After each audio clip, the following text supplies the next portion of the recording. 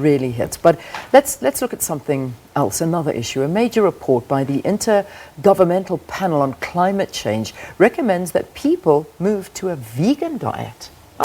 Now, the United Nations report says that ever-increasing consumption of meat and dairy is causing soil to release carbon previously trapped underground, and that this is heating up the atmosphere. Yeah, the IPCC met this week in Geneva, Switzerland, to finalize its report, which should help to guide governments meeting this year in Chile on ways to implement the 2015 Paris Agreement. The report stops short of explicitly advocating going meat-free, but it calls for big changes to farming and eating habits. It says global meat consumption must fall to curb global warming, reduce growing strains on land and water, and improve food security, health and biodiversity. A move to more balanced diets could help us adapt to and limit climate change. Some diets require more land and water and lead to higher emissions than others. For example, diets that are high in grains, nuts and vegetables have a lower carbon footprint than those that are high in meat, and they lead to better health outcomes. But of course, dietary choices are influenced by local production practices and cultural habits. The report says plant-based foods and sustainable animal-sourced food could free up several million square kilometers of land by 2050. It says this could also cut 0.7 to 8.0 gigatons a year of carbon dioxide equivalent. We humans affect more than 70% of ice-free land. A quarter of this land is degraded. The way we produce food and what we eat contributes to the loss of natural ecosystems and declining biodiversity.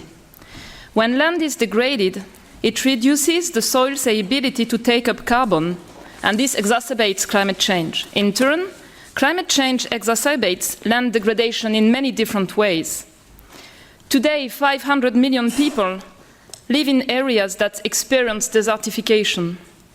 People living in already degraded or desertified areas are increasingly negatively affected by climate change. The IPCC says land can be both a source and sink of carbon dioxide, the main greenhouse gas blamed for global warming, and better land management can help to tackle climate change. But it says this is not the only solution, and cutting emissions from all sectors is essential to quickly curtail global warming. Climate change creates additional stresses on land, exacerbating existing risks to livelihoods, ecosystems, species, and biodiversity.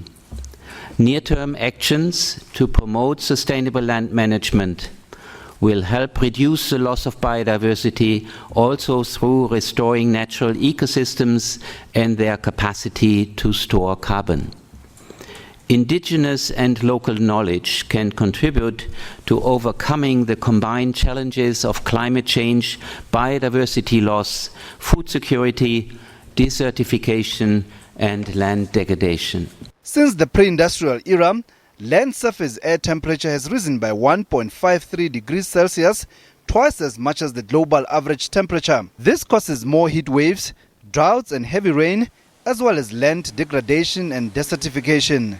If greenhouse gas emissions continue to increase or do not decrease, then many regions, especially in the tropics, would see novel, unprecedented climatic conditions in terms of mean temperature, but also seasonal cycles or extreme events. So the report stresses the importance of preparing for that and working on, for instance, crops that are resilient to extreme heat or drought. And in relationship with sustainable land management, the report looks at a number of options that are diverse and are context-specific, but they include, for instance, agroecology, conservation agriculture or forestry practices. Last year, the IPCC's first special report warned that keeping the Earth's temperature rise to 1.5 degrees Celsius rather than the 2 degrees Celsius target agreed under the Paris Accord required rapid change across society. The IPCC warns of more disruption to global food chains as extreme weather becomes more frequent due to climate change. It projects a median increase of 7.6% in cereal prices by 2050, meaning higher food prices and an increased risk of hunger.